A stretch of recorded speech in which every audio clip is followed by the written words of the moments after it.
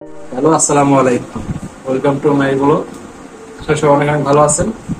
তো আমরা ভাবছি একটা ট্যুর দিব। তো আমরা এখানে 4 জন লোক আছি, বাট কেউ মানে ডিসিশন নিতে পারছি না যে কোথায় ঘুরতে যাবে।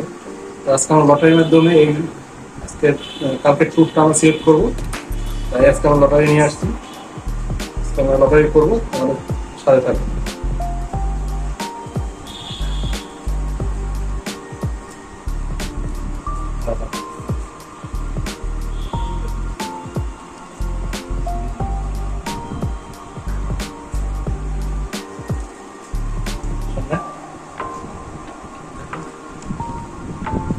নির্ধারচর। নির্যাস, এটা মোস্ট ভাইরাল এখন টপিক। নির্যাতন সবাই যাচ্ছে। তো আমাদের কালকের ট্যুরের যাচ্ছে আমরা নির্যাতন। সবাই দোয়া করবেন এবং কালকে সকালে আমরা সম্পূর্ণ ভিডিও। সবাইকে শুভ সকাল। আমরা খুব সকাল সকাল ঘুম থেকে উঠলাম আর রেডি হয়ে নিচ্ছি আজকে আমাদের ট্যুরের জন্য। তো আমরা সবাই খুব সকাল সকাল ঘুম থেকে উঠলাম। এখন ঘড়িতে বাজে 6টা 6। আর যে যার মতন করে রেডি হচ্ছে, এরপরই বের হয়ে যাব। আজকে সকাল থেকেই বাইরের অবস্থা খারাপ ছিল, পিড়ি বৃষ্টি পড়তেছিল। এর ভিতরে আমরা রওনা হলাম। আজকের ভিডিওতে নির্যাচর যাওয়ার সকল উপায় এবং কত টাকা খরচ হয় এগুলো তুলে দেওয়ার চেষ্টা করব, এবং নির্যাচরের সকল সৌন্দর্য এই ভিডিওতে তুলে দেওয়ার চেষ্টা করব। তাই ভিডিওটি সম্পূর্ণ দেখবেন। ভিডিওটি ভালো লাগলে অবশ্যই লাইক, শেয়ার এবং কমেন্ট করে জানাবেন। আজকে আমরা পটুয়াখালী থেকে তালতলি নির্যাচর যাওয়ার জন্য বের হয়েছি।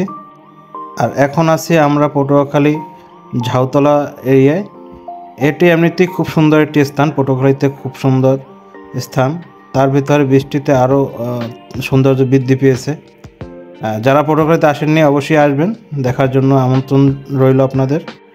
এখন আমরা চলে আসছি বাস স্ট্যান্ড। এখান থেকে আমরা Patuakhali to Amtali ticket collect করলাম। এখানে জন প্রতি টিকিটের মূল্য ছিল 70 টাকা করে। কিছুক্ষণ পরপরই এখান থেকে গাড়ি ছাড়ে, যেগুলো কুয়াকাটার উদ্দেশ্যে যায়। তো আপনারা সেই গাড়িতেও যেতে পারেন। এছাড়াও বরিশাল থেকে সরাসরি যে কুয়াকাটার বাসগুলো আছে তাতে করেও আপনারা চাইলে আমতলী যেতে পারেন। আর এখান থেকে আমার মনে হয়, আমি জিজ্ঞাসা করছিলাম যে কোনো বাস আছে কিনা তালতলির উদ্দেশ্যে। তারা বলছিল যে একটি বিএডিসি বাস ছাড়ে, সেটা হলো বিকেলে। এরপরে আমরা চলে আসি আমতলী। এখানে আমরা গাড়ি থেকে নেমে সকালে নাস্তা হোটেলে সেরে ফেলি। এখানে আপনি আরও হোটেল পাবেন, বাট আমার এই হোটেলটা এর আগেও আমি খাওয়া দাওয়া করছি, ভালো লাগছে। এই জন্য আমরা এখান থেকেই সকালে নাস্তা সেরে নিলাম। নাস্তা শেষ করে আমরা এখানে মাহিন্দ্রায় উঠে পড়ি। আপনারা এখানে স্টানি মাহিন্দ্রা পেয়ে যাবেন, যে মাহিন্দ্রাগুলো আমতলী থেকে তালতলির উদ্দেশ্যে ছেড়ে যায়। আর এই মাহিন্দ্রাগুলোতে জনপ্রতি ভাড়া নিয়েছিল 80 টাকা করে। ভিতরে লোক থাকার কারণে আমাদেরকে পিছনেই বসতে হয়েছে। তবে মাহিন্দ্রা পিছনে বসলে অন্যরকমের ভালো লাগা কাজ করে, কারণ পিছন থেকে সব ভিউ দেখা যায়। আর এখান থেকে যে রাস্তাটি তালতলির উদ্দেশ্যে গেছে, রাস্তাগুলো খুবই খারাপ। এই রাস্তাগুলোতে কাজ চলতেছে। এছাড়া মেন যে রাস্তাগুলো, সেই রাস্তাগুলো মানে এতটা পরিমাণ ভাঙা যে বড় বড় বাস চলতে অনেক কষ্ট হয়ে যায়। তো আমাদের পক্ষে ভিডিও করা পসিবল হয় নাই, কারণ আমাদের নিজেদের বসতেই অনেক কষ্ট হয়ে গেছে। এরপর আমরা চলে আসি তালতলি স্ট্যান্ডে। এখানে এসে একটু রেস্ট নিয়ে এরপরে একটু অটোতে করে আমরা নির্যাসার উদ্দেশ্যে রওনা করি। আর এখান থেকে জনপ্রতি অটো ভাড়া 60 টাকা অথবা 70 টাকা, মানে ওরা যার কাছ থেকে যেভাবে নিতে পারে, তবে আপনাকে একটু দামাদামি করে নিতে হবে। ওরা জনপ্রতি 70 টাকা করে চায়। তবে গ্রামের সাইড হওয়াতে আপনি যখন অটোতে করে যাবেন আপনার কাছে একটু ভালো বেশিই লাগবে, কারণ গ্রামের সাইড সবার কাছেই ভালো লাগে। আর এখানে অটোতে যেতে যেতে আপনার চোখে তালতলিতে অবস্থিত কয়লা বিদ্যুৎ কেন্দ্র চোখে পড়বে। এটাও সত্যি সুন্দর। এরপরে আপনার চোখে সাগর পড়বে। এখান থেকে মূলত সাগর দেখা শুরু হয়। এরপর আমরা চলে আসছি নির্যাসর বাজার। এখান থেকে আপনাকে পায়ে হেঁটে যেতে হবে, কারণ এখানে আপনি মোটরসাইকেল নিয়ে আসলে আপনি মোটরসাইকেল নিয়ে যেতে পারবেন, কিন্তু এছাড়া অন্য কোনো যানবাহন এই রাস্তা চলতে পারে না। এটি হলো বেরিবাদের রাস্তা। এখান থেকে আপনাকে 1 কিলো রাস্তা পায়ে হেঁটে যেতে হবে। আর এখানকার বেশিরভাগ মানুষই মৎস্যজীবী হওয়ার কারণে বড় বড় ট্রলার চোখে পড়বে। কেউ জাল গোছানো নিয়ে ব্যস্ত, কেউ জাল সেলাই করতেছে, কেউ ট্রলার নিয়ে সাগরে যাচ্ছে। আসলে এই সব দৃশ্য দেখতে আসলে খুবই ভালো লাগে। এটা সচরাচর তো আর শহরে দেখা যায় না। এগুলো দেখতে হলে অবশ্যই আপনাকে গ্রামে আসতে হবে। এগুলো ভালো লাগাটা অন্য রকমের কাজ। এরপর কিছুক্ষণ হাঁটার পরে আপনার চোখে সেই নির্যাচরের যে চরটা সেটা আপনার চোখে পড়বে। আসলে দূর থেকে ভালোই লাগে আলহামদুলিল্লাহ। বৃষ্টি থাকার কারণে আজকে লোক খুবই কম ছিল, তেমন লোকজন ছিল না। বিকাল টাইমে কিছু লোক আসছিল। আর একটি কথা, এখানে আপনার থাকার জন্য কোনো হোটেল পাবেন না। হোটেল আছে, সেটা একটু দূরে, কিন্তু এই স্পটের ভিতরে কোনো হোটেল নেই। এখানে আপনারা খাওয়া দাওয়ার জন্য অনেকগুলো হোটেল পেয়ে যাবেন। এছাড়াও সমুদ্রে গোসল করার পরে জামাকাপড় চেঞ্জ করার জন্য মহিলাদের জন্য ব্যবস্থা করা আছে। আপনারা যারা এখানে এসে গোসল করার ইচ্ছে পোষণ করতেছেন তাদের জন্য একটি কথা বলে রাখি, এখানকার পানি ময়লা এবং কাদাযুক্ত।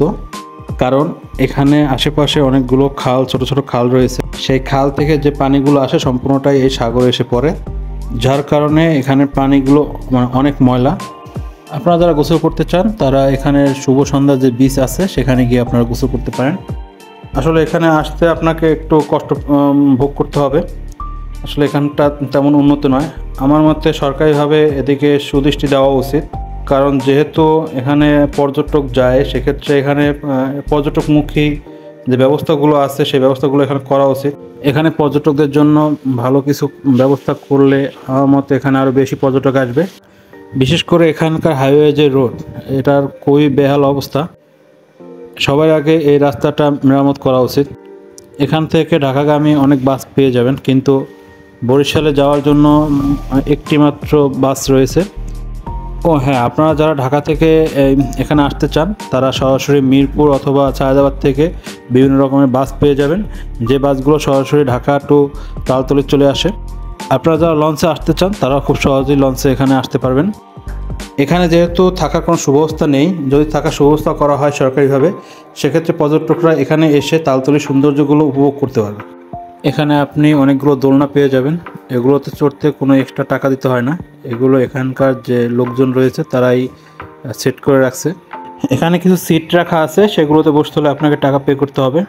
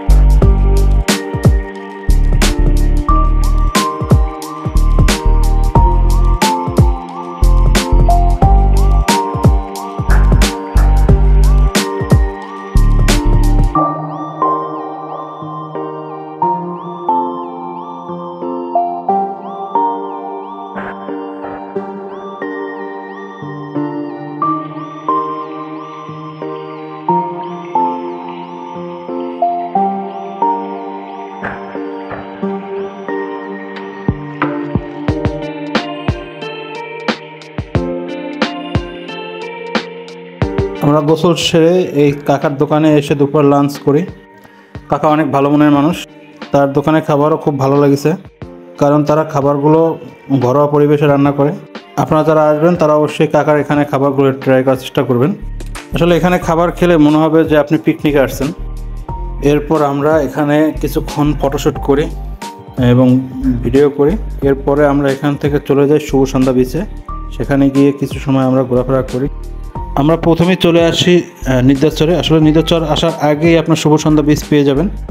আপনারা চাইলে আগে শুভ সন্ধ্যা বিচ ঘুরে তারপর নিদ্রাচরে আসতে পারেন। আমার ভিডিওটি যারা ফেসবুক থেকে দেখবেন অবশ্যই ফলো করে দিবেন।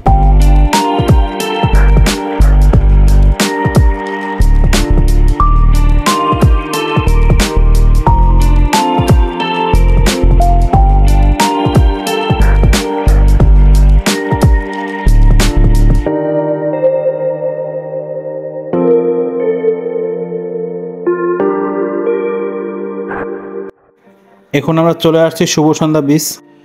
নির্দেশচর থেকে শুভ সন্ধ্যা বিচে আসতে আপনাকে জনপ্রতি 10 টাকা করে অটো ভাড়া দিতে হবে। এখানে ঢোকার সময় আপনি লেখা দেখবেন স্বাগতম শুভ সন্ধ্যা সমুদ্র সৈকত তালতলি বরগুনা। এর পাশেই আপনি একটি হোটেল পেয়ে যাবেন।